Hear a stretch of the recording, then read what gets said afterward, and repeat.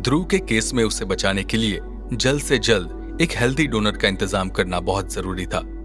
ध्रुव को बेहोश हुए 2 घंटे से ज्यादा हो चुके थे और अगर थोड़ा समय और निकल जाता है तो फिर ध्रुव को बचाना और मुश्किल हो जाएगा। ध्रुव की आय की मदद के लिए हॉस्पिटल का मैनेजमेंट भी डोनर की तलाश में लग गया। उधर सिक्योरिटी टीम ध्रुव की जान को बचाने के लिए जी जान से डोनर ढूंढने में लगी हुई थी। शिवानी ने अपनी टीम मेंबर से साफ कहा था कि चाहे कोई कितना भी पैसा मांगे उसे मना नहीं करना, क्योंकि ध्रुव की जान बचाना बहुत जरूरी था। अगर ध्रुव को कुछ भी होता है तो उनका मकसद पूरी तरह फेल हो जाएगा।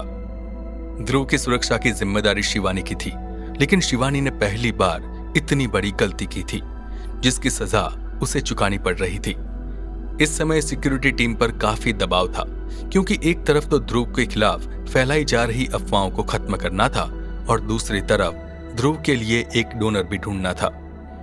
शिल्पा ने अपने प्लान का दूसरा हिस्सा भी लागू कर दिया था, जहां एक तरफ उसके दोस्त क्लब में बनाए हुए वीडियोस को सोशल मीडिया पर वायरल कर रहे थे, वहीं दूसरी तरफ शिल्पा ने भी सोच लिया था कि वो एक पब्लिक वीडियो मैसेज भेजेगी जिसमें वो अपनी पूरी आपबीती बताएगी। ध्रुव को बदनाम करने के लिए इससे इफेक्टिव और कोई दूसरा तरीका नहीं था। शिल्पा ने अपने एक दोस्त को हॉस्पिटल रूम के अंदर बुलाया जहां वो एडमिट थी। शिल्पा को कोई भी ऐसी बड़ी चोट नहीं आई थी जिसकी वजह से लोग उससे मिल ना पाए। शिल्पा ने अपने दोस्त से कहा, तुम्हें मेरी एक वीडियो बनानी है और उसे सोशल मीडिया पर अपलोड करना है। क्या बोलना है वो मैं देखूंगी, बस ध्यान रहे कि तुम मेरे फेस को ब्लर कर देना। किसी को भी मेरे चेहरे के बारे में कुछ पता नहीं चलना चाहिए। हमें एक हैशटैग भी बनाना होगा जिसमें ध्रुव का नाम होना चाहिए। सभी को पता चलना चाहिए कि मेरे साथ कितना बुरा हुआ है और अभी भी मुझे इंसाफ नहीं मिल रहा है। मैं चाहती हूं कि ध्रुव को जल्द से जल्द सलाखों के पीछे पहुंचा जाए और उससे कड़ी से कड़ी सजा मिले। मेरे वीडियो को देखकर लोगों के इमोशंस मेरे साथ जुड़ेंगे और उनके सपोर्ट से मुझे ध्रुव को सजा दिलाने में मदद मिलेगी। किसी भी कीमत पर मैं ध्रुव को नहीं छोड़ूंगी, चाहे इसके लिए मुझे कुछ भी करना पड़े। तुम मेरी बात समझ गए हो ना? शिल्पा के दोस्त ने उससे कहा, शिल्पा मैं तुम्हारे साथ हूं और मुझे पता है कि तुम्हारे साथ जो कुछ भी हुआ है वो बहुत गलत हुआ है, लेकिन मुझे पता चला है कि ध्रुव की हालत बहुत नाजुक है। वो आईसीयू में एडमिट है और अभी तक उसे होश नहीं आया। तुम्हें नहीं लगता कि अब तक जो हुआ वो काफी है? शिल्पा मुझे लगता है कि हमें पुलिस के एक्शन का इंतजार करना चाहिए। अगर हमने कोई भी गलत कदम उठाया तो पुलिस हमारे खिलाफ हो जाएगी और फिर हमें इंसाफ नहीं मिल पाएगा। सोशल मीडिया पर हम लोग लगातार तुम्हारे वीडियो को वायरल कर रहे हैं और हमें अच्छा रिस्पांस मिल रहा है, इसलिए मुझे लगता है कि अभी हमें इस चीज को रोकना चाहिए। शिल्पा ने अपने दोस्त की तरफ देखते हुए कहा, अगर तुम्हें मेरी मदद नहीं करनी है तो तुम यहां से जा सकते हो। मेरे पास दोस्तों की कमी नहीं है, कोई भी मेरी मदद कर देगा। क्या तुम्हें यह सब मजाक लगता है? तुम भूल गए कि मेरी हालत क्या थी? जब एक लड़की के साथ ऐसा कुछ होता है तो वो मेंटली डिस्टर्ब हो जाती है। उसके लिए दोबारा से अपनी नॉर्मल लाइफ में वापस जाना लगभग नामुमकिन हो जाता है। ध्रुव ने जो किया उससे उसकी सजा मिलनी चाहिए, क्योंकि तभी लोगों को समझ आएगा कि किसी लड़की के साथ छेड़छाड़ करने का नतीजा क्या होता है। मेरा इस बात से कोई लेना देना नहीं कि ध्रुव के साथ क्या हो रहा है। वो जब भी ठीक होगा उससे जेल जाना होगा और इस बात को इंश्योर करने के लिए मुझे जो भी करना होगा मैं करूंगी। अपने लिए मुझे क्या करना है और क्या नहीं, उसके लिए मुझे किसी से परमिशन लेने की जरूरत नहीं है। तुम अपनी एडवाइस अपने पास रखो और जैसा मैंने कहा है बस वैसा करो। शिल्पा के दोस्त को शिल्पा की बात माननी ही थी। डॉक्टर्स ने बताया था कि शिल्पा एक खतरनाक मेंटल ट्रॉमा से गुजरी है। उसे इस स्टेट से निकलने के लिए उसके आसपास के एनवायरनमेंट को पीसफुल रखना होगा और उसे किसी भी तरह का स्ट्रेस नहीं देना है। डॉक्टर्स ने सभी लोगों से कहा था कि शिल्पा जो कहे वो करिए और उसे किसी तरह की कोई परेशानी नहीं होनी चाहिए। शिल्पा क्लब में जब सभी के सामने बाहर हंगामा करने लगी थी, उसी समय उसे एक खतरनाक अटैक आ गया था। उसकी सांस फूलने लगी थी और इस वजह से उसका ब्लड प्रेशर और पल्स रेट बिगड़ गए थे। जब शिल्पा को हॉस्पिटल में भर्ती किया गया तो डॉक्टर ने शिल्पा की कंडीशन को देखकर कुछ टेस्ट किए और वो इस नतीजे पर पहुंचे कि शिल्पा को किसी भी तरह का स्ट्रेस देना सही नहीं है। शिल्पा अगर आगे चलकर किसी ऐसी सिचुएशन में आती है तो उसे दोबारा इस तरह का अटैक आ सकता है और यह उसके लिए खतरनाक हो सकता है। शिल्पा को उम्मीद नहीं थी कि उसका नाटक उसके लिए प्रॉब्लम खड़ी कर देगा, लेकिन सिर्फ उस अटैक की वजह से किसी को भी शिल्पा के ऊपर शक नहीं हुआ था। शिल्पा की कंडीशन को ठीक तरह से ऑब्जर्व करने के लिए डॉक्टर्स ने उसे हॉस्पिटल में रहने के लिए ही कहा था। शिल्पा के कहने पर उसके दोस्त ने अपना मोबाइल फोन खोला और वीडियो रिकॉर्ड करने लगा। शिल्पा ने कहा, मैं वही लड़की हूं जिसके साथ ब्लू एम्प्रेस नाइट क्लब में एक लड़के ने छेड़छाड़ की थी और मुझे छूने की कोशिश की थी। मेरे साथ इतना बुरा हुआ, लेकिन इसके बाद भी मुझे पुलिस से कोई सपोर्ट नहीं मिला। पुलिस आरोपी की तरफ से बोल रही है और मुझे धमकियां दी जा रही है कि मैं इस केस को वापस ले लूं, वरना मेरे ऊपर झूठा केस लगाने का मुकदमा चलाया जाएगा। आप सभी ने मेरे साथ जो कुछ भी हुआ उसे सोशल मीडिया पर देखा है। क्या आपको लगता है कि मैं झूठ बोल रही हूं? क्या इस तरह के मामलों में पुलिस को मेरे जैसी लड़कियों की मदद नहीं करनी चाहिए? जिस लड़के ने मेरे साथ ये सब किया है वो कॉलेज का एक पॉपुलर स्टूडेंट है और बड़े बड़े लोग उसे जानते हैं, इसलिए पुलिस उसके खिलाफ एक्शन लेने से बच रही है। मेरे जैसे न जाने कितने केस होंगे जहां लड़कियों को केस वापस लेना पड़ता है। आखिर हमारे साथ ये अन्याय कब तक होता रहेगा? मैंने सोचा है कि इस बारे में मैं कुछ बड़ा करूंगी। मैं अपराधी के खिलाफ एक सोशल मीडिया मूवमेंट चलाऊंगी और अगर आप सबका सपोर्ट रहेगा तो मुझे न्याय जरूर मिलेगा।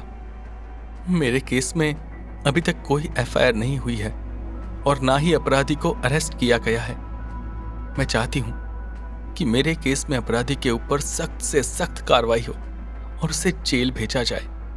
छेड़छाड़ करने के अपराध में जितने साल की सजा दी जाती है उतनी अपराधी को मिले, ताकि आज के बाद ऐसा कुछ करने के बारे में कोई सोच भी ना पाए। इतना कहकर शिल्पा चुप हो गई और उसने अपने दोस्त को इशारा करके वीडियो रिकॉर्डिंग बंद करने के लिए कहा। शिल्पा के दोस्त ने वीडियो रिकॉर्डिंग बंद कर दी और शिल्पा से कहा, मैं इसे एडिट कर दूंगा और सभी जरूरी चेंजेस करने के बाद हम लोग इसे सोशल मीडिया पर डाल देंगे।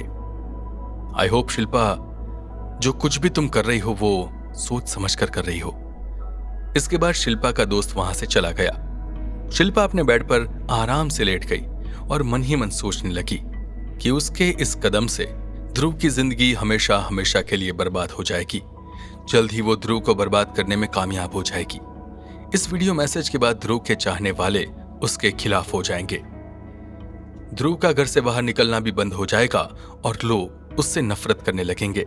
सभी लोग शिल्पा की बातों पर यकीन करके ध्रुव को आरोपी बना देंगे और इस सोशल प्रेशर की वजह से पुलिस को अपना काम करना पड़ेगा और ध्रुव को अरेस्ट करना पड़ेगा।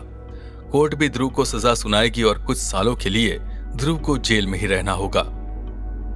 एक बार कोई जेल चला जाता है तो उसके ऊपर हमेशा के लिए एक अपराधी का ठप्पा लग जाता है। ऐसे इंसान से कोई बात नहीं करता और ना ही उससे किसी तरीके का कोई रिश्ता रखता है। शिल्पा जानती थी कि इसके बाद ध्रुव से कोई दोस्ती नहीं रखेगा और एक बार फिर ध्रुव पहले की तरह मिस्टर नोबडी बन जाएगा। नीरज भले ही ध्रुव के साथ रहे, लेकिन पायल उससे दूर हो जाएगी और शिल्पा यही चाहती थी।